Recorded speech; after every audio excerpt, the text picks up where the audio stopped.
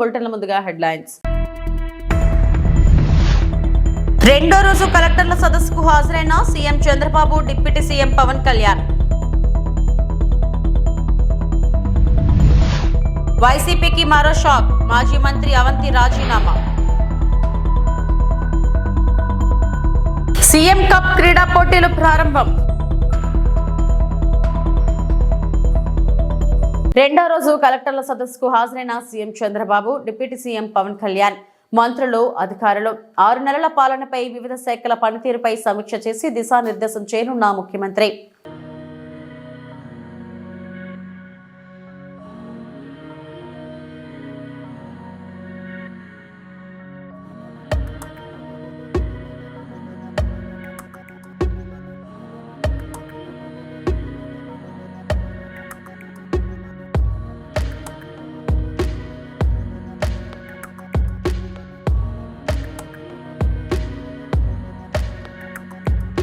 రానున్న 3 నెలల్లో ప్రతి పింఛన్ను జిల్లా కలెక్టర్లు పరిశీలించాలని సీఎం చంద్రబాబు ఆదేశించారు.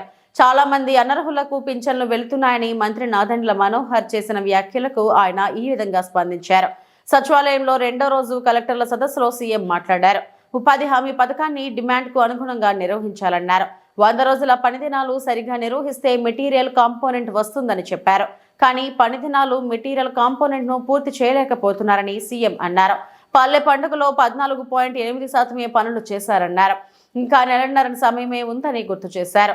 అల్లూరు జిల్లాలో 54% అయితే మరో జిల్లాలో 1.6% పనులు కావడంపై సీఎం ప్రశ్నించారు. పని పూర్తయ్యాక బిల్లులు ఎందుకు చెల్లించట్లేదని అడిగారు. కలెక్టర్లు ఎందుకు నిర్లిప్తంగా ఉంటున్నారని ఆగ్రహం వ్యక్తం చేశారు. కానీ వారి వద్ద ఉపాధి హామీ డబ్బులున్న బిల్లులు ఎందుకు చెల్లించట్లేదని ప్రశ్నించారు. అది జరిగే సమయంలో ఏమి ఉన్నాయి. ఇప్పుడు ఏమైందంటే ఎవ్రీవేర్ పీపుల్ ఆర్ ఆస్కింగ్ 15,000. వాడికి 3,000 నుంచి 6,000 వచ్చింది. Is not happy. Is asking 15,000. ఇది హ్యూమన్ సైకాలజీ.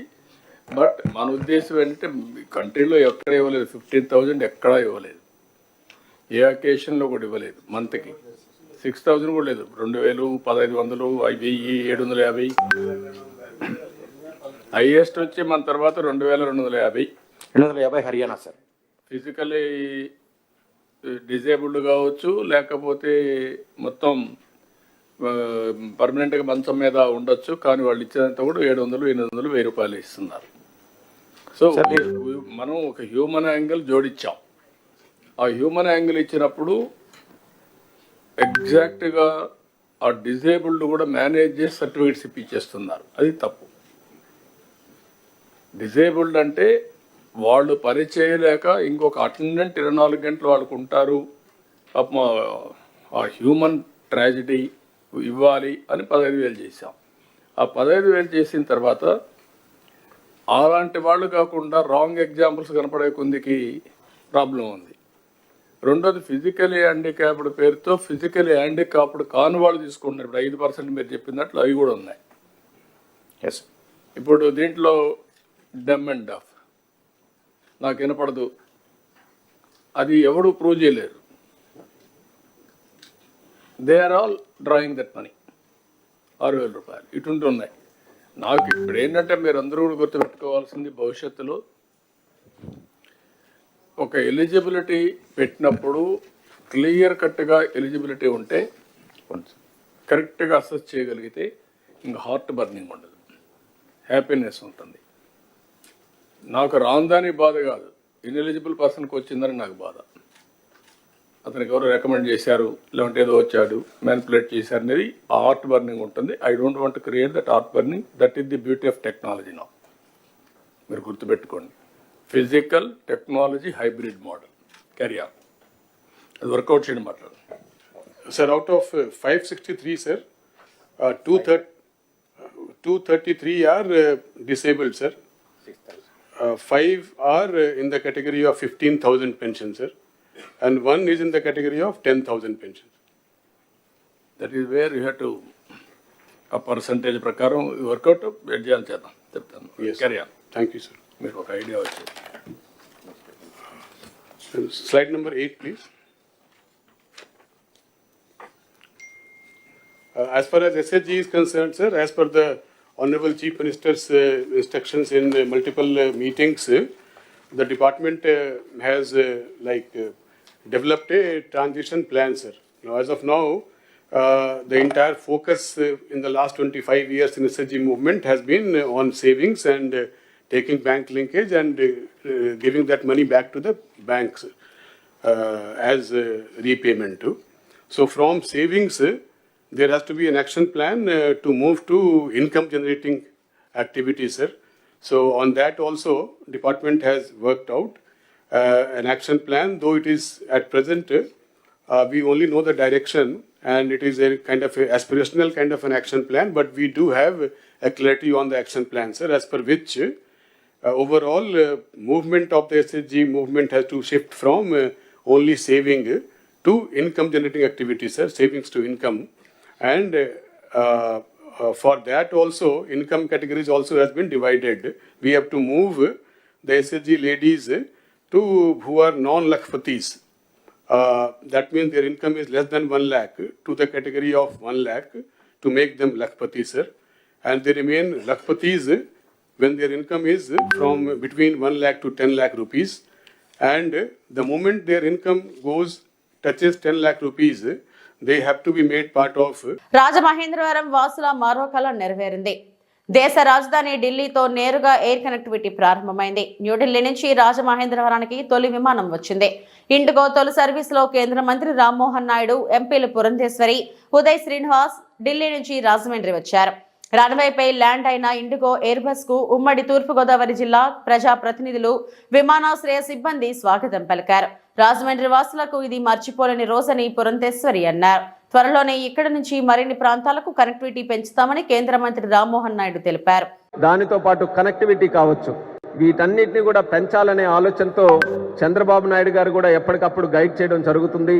స్థానిక ప్రజాప్రతినిధులు కూడా మరి తరచూ చాలా పరిచయం ఉన్నటువంటి వాళ్ళు ఉన్నారు అందరూ కూడా. సో అందరూ కూడా ఆ ప్రాంతానికి సంబంధించి కనెక్టివిటీ ఏదైతే అవసరం ఉందో దాని మీద కూడా మాకు సలహాలు సూచనలు కూడా ఇస్తున్నారు. నేను ఎప్పుడైతే మినిస్టర్గా అయ్యాను, ఇప్పుడే పురంధేశ్వరి గారు కూడా చెప్పారు, ఆవిడ నాకు వచ్చి మాట్లాడినటువంటి మొట్టమొదట మాట కూడా మాకు ఢిల్లీకి కనెక్టివిటీ కావాలి, దాని మీద నువ్వు ప్రయత్నం చేయని మొట్టమొదటి నుంచి అడిగారు. సో ఆ ప్రయత్నం కేవలం ఢిల్లీ వరకే కాదు, మొన్ననే మీరు చూశారు ముంబైకి కూడా ఒక ఎయిర్ బస్తో December 1వ తేదీన కనెక్ట్ చేశాం. అంటే రాజమహేంద్రవరం ఇప్పుడు మనకి దేశ రాజధాని ఢిల్లీతో కనెక్ట్ అయింది, ఆర్థిక రాజధాని ముంబైతో కనెక్ట్ అయింది, ఆల్రెడీ బెంగళూరుతో, చెన్నైతో, హైదరాబాద్తో కనెక్ట్ అయి ఉన్నాయి. అంటే దేశంలో ఉన్నటువంటి ప్రధాన నగరాలతో ఇప్పుడు రాజమండ్రి కనెక్ట్ అయి ఉంది. ఈరోజు చూస్తున్నారు ఉభయ గోదావరి జిల్లాల నుంచి కూడా, ఉమ్మడి ఉభయ గోదావరి జిల్లాల నుంచి నాయకులందరూ కూడా వచ్చారనంటే వాళ్ళందరికీ కూడా ఇది చాలా ముఖ్యమైనటువంటి ఎయిర్పోర్ట్. ఇది కేవలం రాజమండ్రి సిటీకి సంబంధించినటువంటిదే కాదు, చుట్టుపక్కల ఉన్నటువంటి ప్రాంతాలకి ఎంతో మంది వినియోగిస్తున్నటువంటి ఎయిర్పోర్ట్. ఈరోజు ఢిల్లీకి కనెక్ట్ చేశామనంటే అమెరికా వెళ్లాల్సినటువంటి వారు ఇక్కడ 30 నిమిషాలు కానీ గంట దూరంలో ఏ మారుమూల గ్రామంలో ఉన్నటువంటి వారు ఇంకా విశాఖపట్నము, విజయవాడ వెళ్ళక్కర్లేదు. మన రాజమండ్రి ఎయిర్పోర్ట్ వచ్చి రాజమండ్రి నుంచి అవసరమైతే ఢిల్లీకి కానీ ముంబైకి కానీ వెళ్ళి అక్కడ నుంచే నేరుగా ఇంటర్నేషనల్ ఫ్లైట్స్ తీసుకునే సౌకర్యం ఈ 2 ఫ్లైట్లు కూడా కప్పలిపిస్తుంది అనేది గమనించాలి. దానితో పాటు గతంలో రాజమండ్రి ఎయిర్పోర్ట్లో ఉన్నటువంటి ఫ్లైట్ కనెక్టివిటీ అన్నీ కూడా ATRస్తోనే రన్ అయ్యాయి. ATR తాలూకా కెపాసిటీ 80 సీటరే, ఎయిర్ బస్సులు లేవు. కానీ ఎప్పుడైతే మనం ఈ ముంబై ఢిల్లీ ఫ్లైట్లు స్టార్ట్ చేశామో ఎయిర్ బస్ సుమారు 180 మంది కూర్చునేటటువంటి ఎయిర్ బస్సులతో ఇప్పుడు ప్రయాణం చేయొచ్చు. ఎయిర్ బస్సులు స్టార్ట్ అయితే ఎయిర్పోర్ట్ కూడా రెవెన్యూ పెరుగుతుంది. కాబట్టి ఇక్కడ రాజమండ్రి ఎయిర్పోర్ట్ను కూడా మనం దృష్టిలో పెట్టుకొని ఎలా ఇది సెల్ఫ్ సఫిషియెంట్ చేసుకొని ఇక్కడ కూడా రెవెన్యూ పెంచే విధంగా చర్యలు కూడా మేము తీసుకుంటున్నాం. పక్కనే మీరు చూశారు నూతన టెర్మినల్ బిల్డింగ్ కూడా కన్స్ట్రక్షన్లో ఉంది.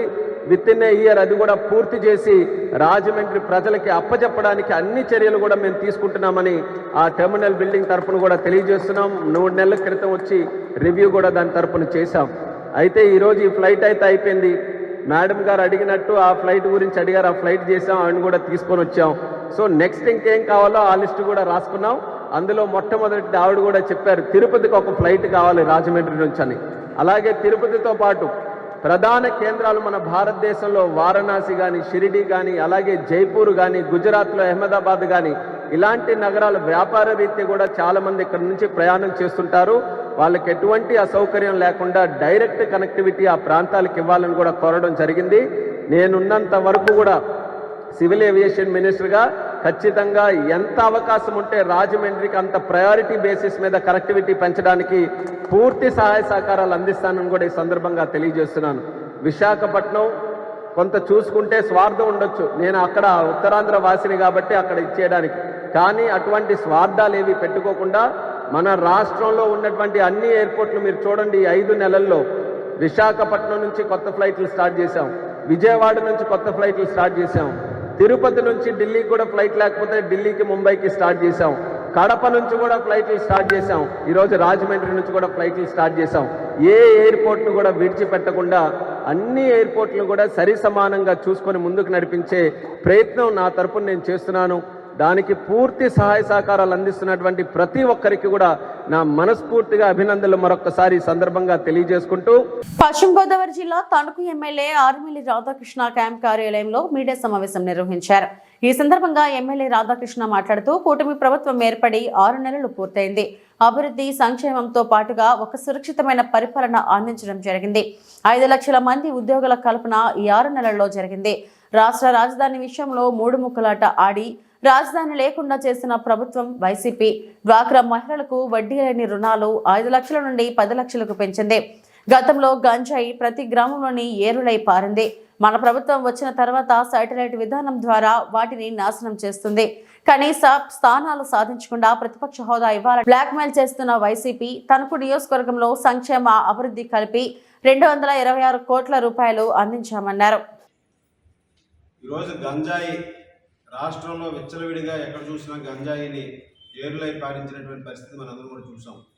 ఈరోజు అటువంటి గంజాయిని కట్టడం చేయడం కోసం శాటిలైట్ ద్వారా వాటిని ఎక్కడైతే గంజాయిని పెంచుతున్నారో అవన్నీ కూడా ఫీల్డ్స్ ఐడెంటిఫై చేసి వాటిని డ్రోన్స్ ద్వారా పరీక్ష చేసి ఈరోజు అటువంటి వారి మీద కఠిన చర్యలు తీసుకోవాలని ఈ ప్రభుత్వం ముందుకు వెళ్తుంది. దాని నియంత్రణకు కూడా ఈగల్ టీంని ఏర్పాటు చేసి ఈరోజు ప్రత్యేకమైనటువంటి టీంలు ఏర్పాటు చేసి ఈ గంజాయి దందాన్ని అరికట్టడానికి ఈ ప్రభుత్వం ముందుకు వెళ్తుందని ఈ సందర్భంగా తెలియజేస్తున్నాను. అలాగే హైకోర్టు బెంచ్ని కర్నూలులో ఏర్పాటు చేయడానికి తీర్మానం చేయడం జరిగింది. క్యాబినెట్లో నిర్ణయం తీసుకోవడం జరిగింది. విశాఖ రైల్వే జోను ఏదైతే ఉందో దానికి 52 ఎకరాల పొలాన్ని కూడా భూమిని కూడా కేటాయించడం జరిగింది. ఈరోజు రాయలసీమ ఇతర జిల్లాలు కూడా అన్నిటికీ కూడా ప్యాకేజీ ప్రత్యేకంగా కేంద్ర ప్రభుత్వం కేటాయించడం జరిగింది. ఈరోజు బడ్జెట్లో కూడా గత ప్రభుత్వం బడ్జెట్లో నిధులు లేక ముఖ్యంగా ఎస్సీ ఎస్టీ బీసీలకు సంబంధించినటువంటి బడ్జెట్ని డైవర్ట్ చేసి ఆ రోజు పూర్తిగా వారికి రావాల్సినటువంటి హక్కులను కూడా కాలరాసినటువంటి పరిస్థితి. ఈరోజు బీసీల ఎస్సీ ఎస్టీ ప్రయోజనాల కోసం ప్రత్యేకంగా బడ్జెట్లో వారి కేటాయించినటువంటి నిధులు ఆ వారి సంక్షేమ పథకాలకే ఖర్చు పెట్టడం జరుగుతుంది. గతంలో 27 ఎస్సీ సంక్షేమ పథకాలను రద్దు చేసినటువంటి ప్రభుత్వం జగన్మోహన్ రెడ్డి ప్రభుత్వం. ఈరోజు బీసీ సంక్షేమానికి 39,000 కోట్లు కేటాయించడం జరిగింది. ఎస్సీ సంక్షేమానికి 18,000 కోట్లు కేటాయించడం జరిగింది. ఎస్టీ సంక్షేమానికి 7,500 కోట్లు కేటాయించడం జరిగింది. మైనారిటీ సంక్షేమానికి 4,000 కోట్లు ఈ విధంగా బడ్జెట్లో ప్రత్యేకమైన కేటాయింపులు చేయడం జరిగింది.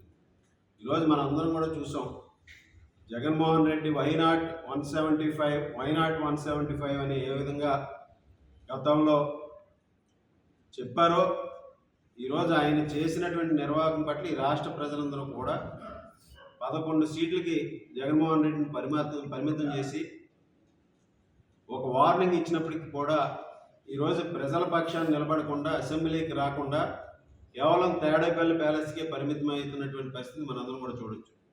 ఈరోజు ప్రతిపక్ష నాయకుడిగా వైసీపీలో మరో వికెట్ పడింది. మాజీ మంత్రి ముత్తంశెట్టి శ్రీనివాసరావు పార్టీకి రాజీనామా చేశారు. గత 5 ఏళ్లు పార్టీ కార్యకర్తలు చాలా ఇబ్బందులు పడ్డారని ఆవేదన వ్యక్తం చేశారు. ఇప్పుడు మళ్లీ వాళ్లను రోడ్డునెక్కమనడం సరికాదన్నారు. కూటమి ప్రభుత్వానికి 5 ఏళ్లు ప్రజలు తీర్పునిచ్చారని, కనీసం 5 నెలలు కూడా టైం ఇవ్వకుండా ధర్నాలు అంటే ఎలా అని ప్రశ్నించారు. అందుకే పార్టీ సభ్యత్వానికి రాజీనామా చేస్తున్నట్లు ప్రకటించారు.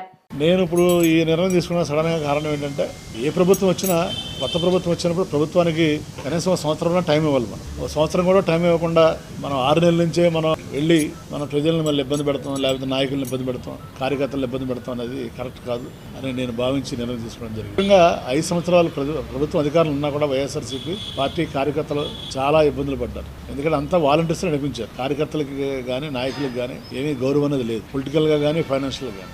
మళ్ళీ అది అయిపోయిన తర్వాత 1 సంవత్సరం కూడా వాళ్ళకి గ్యాప్ ఇవ్వకుండా మనం వెంటనే మళ్ళీ జమిలీ ఎలక్షన్ వస్తుంది, ఎంపీ ఎలక్షన్ వస్తున్నాయి, ప్రభుత్వానికి టైం ఇవ్వకుండా నాయకులు కార్యకర్తలు నలిగిపోయి ఉన్నారు.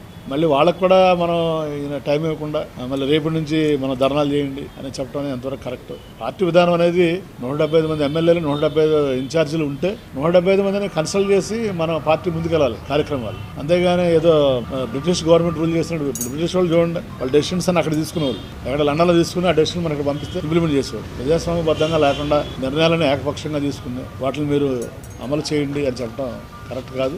ఎందుకంటే మళ్ళీ నాకు కార్యకర్తలని ఎంత ఇబ్బంది పడ్డారో 5 సంవత్సరాలను చూశాను దగ్గరుండి, వాళ్ళు ఎంత నలిగిపోయారో దగ్గరుండి చూశాను.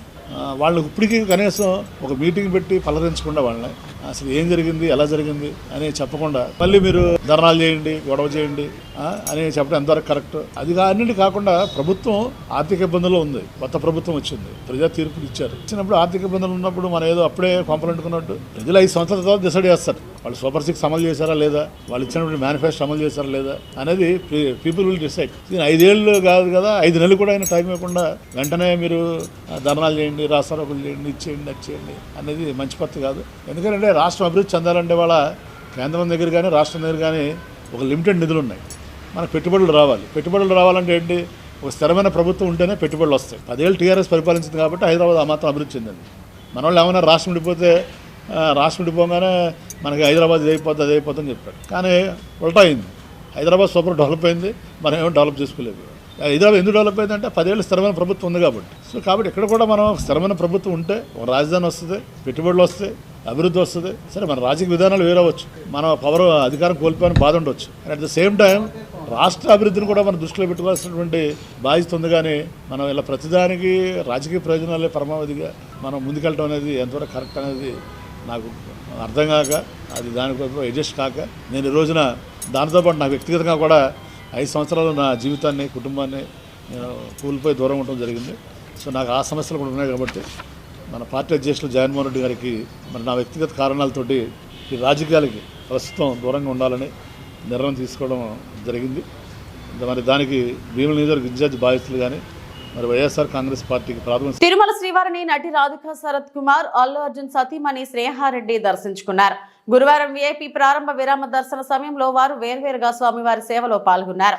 టీటీడీ ఆలయ అధికారులు వీరికి స్వాగతం పలికి దర్శన ఏర్పాట్లు చేశారు.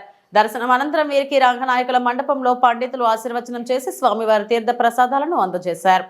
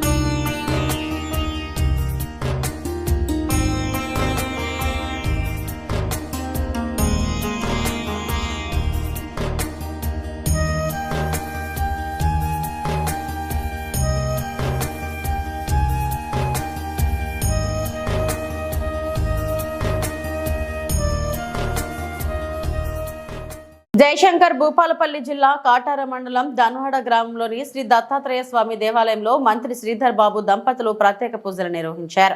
దత్త నవరాత్రుల సందర్భంగా ప్రత్యేక పూజలు, అభిషేకాలను నిర్వహించారు. స్వామివారి ఉత్సవ విగ్రహానికి పంచామృతాలు, పండ్ల రసాలతో అర్చకులు వేద మంత్రాల మధ్య అభిషేకాలను చేశారు. అనంతరం స్వామివారి మూల విరాట్ కు విశేష ఉపచార పూజలు నిర్వహించి ధూపదీప నైవేద్యాలను సమర్పించారు. దేవాలయ ప్రాంగణంలో నిర్వహించిన లక్ష్మీ గణపతి దత్త హోమంలో పాల్గొన్నారు. అనంతరం ఆలయ అర్చకులు మంత్రి దంపతులకు తీర్థ ప్రసాదాలను అందజేసి వేద ఆశీర్వచనం చేశారు.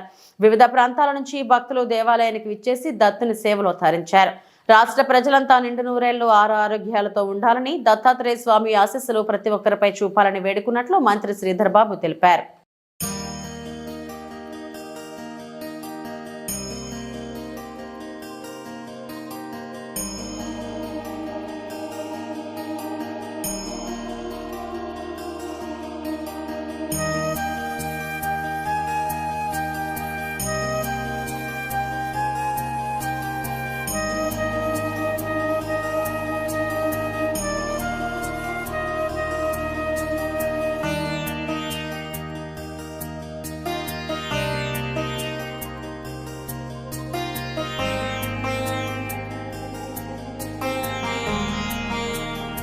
సీఎం కప్ క్రీడా పోటీలు ప్రారంభం. వాంకిడి మండల కేంద్రంలోని పిహెచ్సి క్రీడా మైదానంలో గురువారం రోజు తహసీల్దార్ రియాజ్ అలీ, ఎంపీడీఓ ప్రవీణ్ కుమార్ తో కలిసి పోటీలను ప్రారంభించారు. ఈ కార్యక్రమానికి ముఖ్య అతిథిగా సింగిల్ విండో చైర్మన్ జాబోరే పెంటూ పాల్గొని క్రీడా పోటీలను ప్రారంభించారు. ఈ సందర్భంగా ఆయన మాట్లాడుతూ గ్రామీణ క్రీడాకారులు ఈ పోటీలలో పాల్గొని జిల్లా రాష్ట్ర స్థాయిలో ఎంపికై వాంకిడి మండల పేరును తేవాలని ఆయన కోరారు. ఈ కార్యక్రమంలో ఎంపీ ఓ జావీద్, ఎంఈఓ, ఎంపీఓ శ్రవణ్ కుమార్, వివిధ పాఠశాల విద్యార్థులు, పీటీలు తదితరులు పాల్గొన్నారు. మంచి పోటీతత్వాన్ని సాటిస్తే మరి ప్రభుత్వం నుంచి సర్టిఫికెట్లు కూడా ఇవ్వడం జరుగుతుంది. కాబట్టి పిల్లలు ఈ క్రీడ అనేది అందరికీ అవసరమే. క్రీడ వలన ఆరోగ్యాన్ని, ఉల్లాసాన్ని, ఆనందాన్ని కలిగిస్తూ పాటు పోటీతత్వాన్ని కూడా పెంచుతుంది. కాబట్టి క్రీడ చాలా అవసరం మనకు. మరి క్రీడతో మరి పోటీతత్వం అనేది పెరుగుతుంది. మరి క్రీడలో ఓడినటువంటి వాళ్ళు కూడా ఎలాంటి నిరుత్సాహం పడకుండా ఓడిన వాళ్ళే మళ్ళా గెలవడానికి ప్రయత్నిస్తారు. కాబట్టి ఖచ్చితంగా మీరు పోటీలో పాల్గొని ఇట్టి క్రీడా కార్యక్రమానికి పాల్గొన్నందుకు మీ అందరికీ ధన్యవాదాలు తెలియజేస్తూ, మరి మన ప్రాంతము చాలా వెనుకబడినటువంటి ప్రాంతము, గిరిజన ప్రాంతము. ఇక్కడ ఉన్నటువంటి విద్యార్థులు చాలా మంది వ్యవసాయ కుటుంబానికి ఆధారపడవలసి ఉంది. కాబట్టి మన తల్లిదండ్రుల పేర్లు తీసుకురావాలంటే మన చదువులో కూడా మరి ప్రాధాన్యత కలిగించాలా, బాగా చదువుకోవాలా.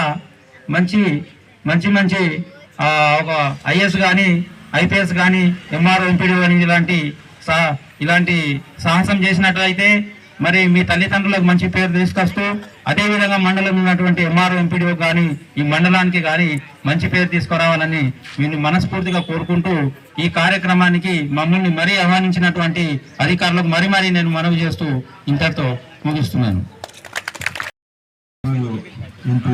పీటీ సార్లకు, పత్రికా విలేకరులకు, స్టూడెంట్స్కి అందరికీ నమస్కారం.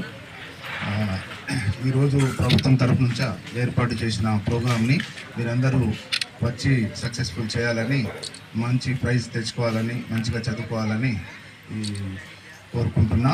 మీరు అందరూ ఈ 6 గేమ్స్ ఉన్నాయి. 6 గేమ్స్లలో ఫస్ట్ వచ్చినా, సెకండ్ వచ్చినా, ఓడిపోయినా ఇబ్బంది పడాల్సిన అవసరం లేదు. సార్ చెప్పినట్టు మళ్ళీ మీరు ఓడిపోయినా కానీ మళ్ళీ నెక్స్ట్ టైంలో మీరే గెలుస్తారు. మీరందరూ మంచిగా చదువుకొని మంచి స్పోర్ట్స్ మెన్స్ కావాలని, మంచి పేరు తెచ్చుకోవాలని మా మండలానికి ఈ అవకాశం ఇచ్చిన అందరికీ ధన్యవాదాలు. Thank you. రైతులకు అండగా వైఎస్ఆర్సీపీ పార్టీ. అనకాపల్లి జిల్లా నర్సీపట్నం స్థానిక మాజీ ఎమ్మెల్యే ఇంటి వద్ద అన్నదాతకు అండగా వైసీపీ పోస్టర్లు రిలీజ్ చేయడం జరిగింది. ఈ కార్యక్రమంలో మాజీ ఎమ్మెల్యే మాట్లాడుతూ ఈ కూటమి ప్రభుత్వం రైతులకు ఎటువంటి ప్రయోజనం చేకూర్చట్లేదని అన్నారు. 2014 ఎన్నికల్లో ఈ చంద్రబాబు నాయుడు అప్పుడు మేనిఫెస్టోలో రైతు రుణమాఫీ చేర్చడం జరిగింది. గవర్నమెంట్ వచ్చిన తర్వాత ఆ మేనిఫెస్టో గాలికి వదిలేశారు అని మాజీ ఎమ్మెల్యే అన్నారు. 2019 ఎన్నికల ముందు కూడా ప్రతి రైతుకు 12,500 చొప్పున 4 దఫాలుగా వేస్తానని చెప్పి గవర్నమెంట్ ఏర్పడిన తర్వాత ఆ మేనిఫెస్టో కూడా గాలికి వదిలేయడం జరిగిందని అన్నారు. అలాగే 2024 ఎన్నికల మేనిఫెస్టోలో ప్రతి రైతుకు ఏడాదికి 20,000 రూపాయలు ఇస్తారని మాట ఇచ్చి ఇప్పటికీ 6 నెలలు గడుస్తున్న బడ్జెట్లో రైతులకు ఎటువంటి బడ్జెట్ పెట్టకపోవడం ఆశ్చర్యంగా ఉందని అన్నారు. ఈ కూటమి ప్రభుత్వంపై రేపు కలెక్టర్ ఆఫీస్ దగ్గరకి వైఎస్ఆర్సీపీ నాయకులు అందరూ కలిసి కలెక్టర్ గారికి రైతులకు న్యాయం చేయాలని వినతిపత్రం ఇవ్వడం జరుగుతుందని అన్నారు. కార్యక్రమంలో సీనియర్ నాయకులు చింతకాయల సన్యాసి పాత్రుడు, రుత్తల ఎర్రపాత్రుడు మరియు పార్టీ కార్యకర్తలు పాల్గొన్నారు. రేపు 13వ తారీఖున అనకాపల్లి జిల్లా కలెక్టర్ కార్యాలయం వద్దకు వెళ్ళి మరి అన్నదాతలు అండగా ఉండాలనే ఉద్దేశం మీద ఒక రిప్రజెంటేషన్ ఇచ్చే కార్యక్రమం చేపట్టడం జరుగుతుంది. అందులో భాగంగా ఈరోజు నర్సీపట్నం నిధులు ఉన్న పార్టీ పెద్దలందరూ కూడా మరి కార్యక్రమంలో పాల్గొనడం జరిగింది. అయితే ముఖ్యంగా మనకు తెలిసి రైతుల గురించి చెప్పాలంటే ఈరోజు ఆనాడు 2014 ఎన్నికల ముందు చంద్రబాబు గారు ఆచరణ సాధ్యంగా హామీ ఇచ్చారు. అందులో ముఖ్యంగా ఇప్పుడు ఏదైతే రైతుల గురించి చెప్పారో ఒకసారి మీ అందరూ కూడా గుర్తు చేయాలి. ఆ రోజు ఏం చెప్పారంటే తెలుగుదేశం ప్రభుత్వం అధికారంలోకి వస్తే మరి ఏదైతే మరి రైతులు ఉన్నారో అందరూ రైతుల యొక్క వ్యవసాయ రుణాలన్నీ కూడా మాఫీ చేస్తుందంటే చాలామంది రైతులందరూ కూడా చంద్రబాబు గారు మాటలు విని మరి చంద్రబాబు గారు ముఖ్యమంత్రి అయితే మనకు తెచ్చుకున్న లక్షలాది రూపాయల రుణాలన్నీ కూడా మాఫీ అయితే ఉద్దేశం మీద ఓట్లేసి గెలిపించారు. తీరా అధికారంలోకి వచ్చిన తర్వాత చంద్రబాబు మాట మార్చారు. ఏమన్నారంటే వ్యవసాయ రుణాలు కాదు పంట రుణాలు మాఫీ అన్నారు. మళ్ళీ పంట రుణాలు కూడా స్కేల్ ఆఫ్ ఫైనాన్స్ అన్నారు. తర్వాత ఇంట్లో 2-3 తీసుకుంటే నేను అందరికీ మాఫీ చేయను, ఇంట్లో ఒకరికే చేస్తా అన్నారు. ఆ ఒక్కరు కూడా 150,000 చేస్తాను తప్ప మిగతా వాళ్ళు చేయను అన్నారు. ఆ 150,000 కూడా ఒకసారి 5 దఫాలుగా ఇస్తానని చెప్పి లేనిపోని ఆక్షన్లు పెట్టి అన్నాడు చంద్రబాబు గారు. ఏదైతే రైతాంగాన్ని మోసం చేసిన చరిత్ర అందరికీ కూడా తెలుసు. తర్వాత 2019 ఎన్నికల ముందు మరి గౌరవ రాష్ట్ర పార్టీ అధ్యక్షుడు జగన్మోహన్ గారు కూడా చెప్పడం జరిగింది. కేవలం రైతుల గురించి ఏం చెప్పారంటే మేము అధికారంలోకి వస్తే ప్రతి రైతు కూడా అర్హులైన ప్రతి రైతు కూడా సంవత్సరానికి 12,500 చొప్పున 4 దఫాలుగా 50,000 రూపాయలు ఇస్తామని చెప్పి చెప్పడం జరిగింది. మరి ముఖ్యమంత్రి అయిన తర్వాత మరి రైతులకి ఇది చాలని చెప్పి 12,500 రూపాయలది 13,500 చేశారు. 4 సంవత్సరాలు 5 సంవత్సరాలు చేశారు. అంటే 50,000 రూపాయలు ఇస్తానని ఎన్నికల మేనిఫెస్టోలో పెట్టిన తర్వాత ముఖ్యమంత్రి అయిన తర్వాత అది 67,500 చేయడం జరిగింది. మరి ఏ విధంగా చెప్పిన ప్రకారం 5 దఫాలుగా మరి ఏదైతే వైఎస్ఆర్ రైతు భరోసా పీఎం కిసాన్ పథకం ద్వారా మరి ప్రతి రైతు కూడా అర్హులు ప్రతి రైతు కూడా 13,500 రూపాయలు ఇవ్వడం జరిగింది. కానీ ఈరోజు చూస్తే 2024 మేనిఫెస్టోలో కూడా పెట్టారు. చంద్రబాబు రేవంత్ రెడ్డి కూటమి ప్రభుత్వం మేము అధికారంలో రాగానే మీకు 13,500 ఇచ్చారు గత ప్రభుత్వంలో, ఈసారి మేము కానీ వస్తే 20,000 రూపాయలు ఇస్తామన్నారు. కానీ ఈరోజు సుమారుగా 6 నెలలు అయింది, మరి బడ్జెట్లో కూడా పెట్టలేదు, 20,000 రూపాయలు వాళ్ళని పరిస్థితిలో ఉన్నారు. అందుకని దానికి నిరసనగా మరి గౌరవ రాష్ట్ర పార్టీ అధ్యక్షుడు జగన్మోహన్ గారు పిలుపు మేరకు రేపు మరి కలెక్టర్ గారి కార్యాలయానికి వెళ్ళి అక్కడ వినతిపత్రం ఇస్తూ ఏదైతే రైతులకి మరి మేనిఫెస్టోలో పెట్టారో 20,000 రూపాయలు ఇవ్వాలని చెప్పి డిమాండ్ చేస్తూ మరి పత్రాలు ఇవ్వడానికి మరి సిద్ధంగా ఉన్నాం.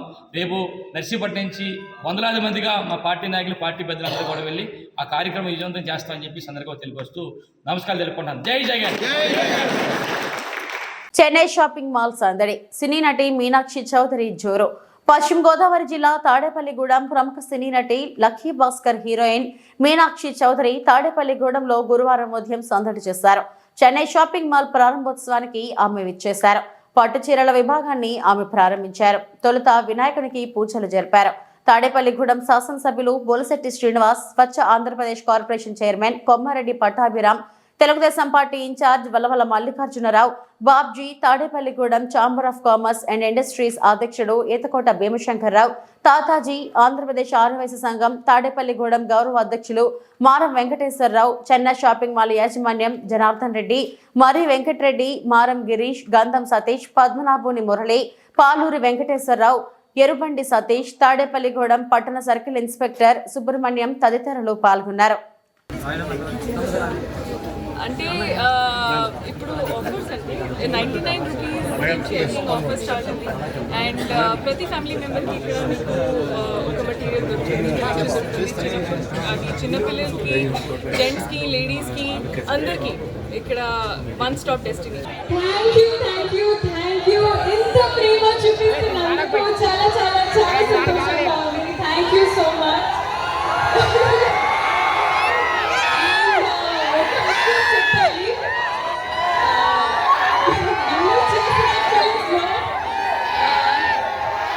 ఎంత సపోర్ట్ చేసినా, ఎంత ఎంకరేజ్ చేసినా ఆంధ్ర ఆడియన్స్ నంబర్ 1.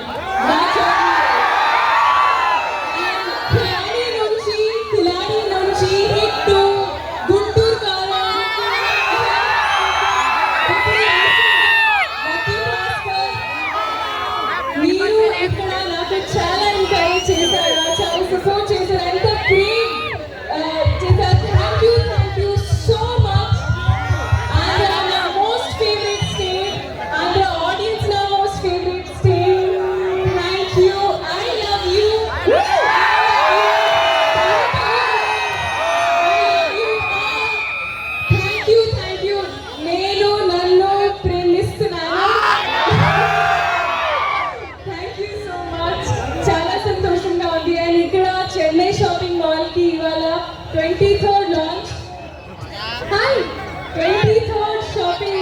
మాల్ ఇప్పుడు స్టోర్ లాంచ్ అయింది. అండ్ థ్యాంక్ యూ నాకు నన్ను ఇక్కడికి ఇన్వైట్ చేసినందుకు. అండ్ ఇది నా ఫస్ట్ టైం తాడేపల్లిగూడెంలో. అండ్ ఇప్పుడు ఐ హోప్ నేను మళ్ళీ ఇక్కడికి I get a chance to come. Confirm గా ఈ స్మైల్ వాళ్ళు మిస్ కారు, మళ్ళీ ఇన్వైట్ చేస్తారు డెఫినెట్ గా. సో మీరు కూడా చెన్నై షాపింగ్ మాల్ లో తప్పకుండా రండి, షాపింగ్ చేయండి. ఇక్కడ మొత్తం ఇవి ఇప్పటి వరకు నా బులెటిన్ అప్డేట్స్. మరిన్ని వార్తా విశేషాల కోసం చూస్తూనే ఉండండి. నమస్తే.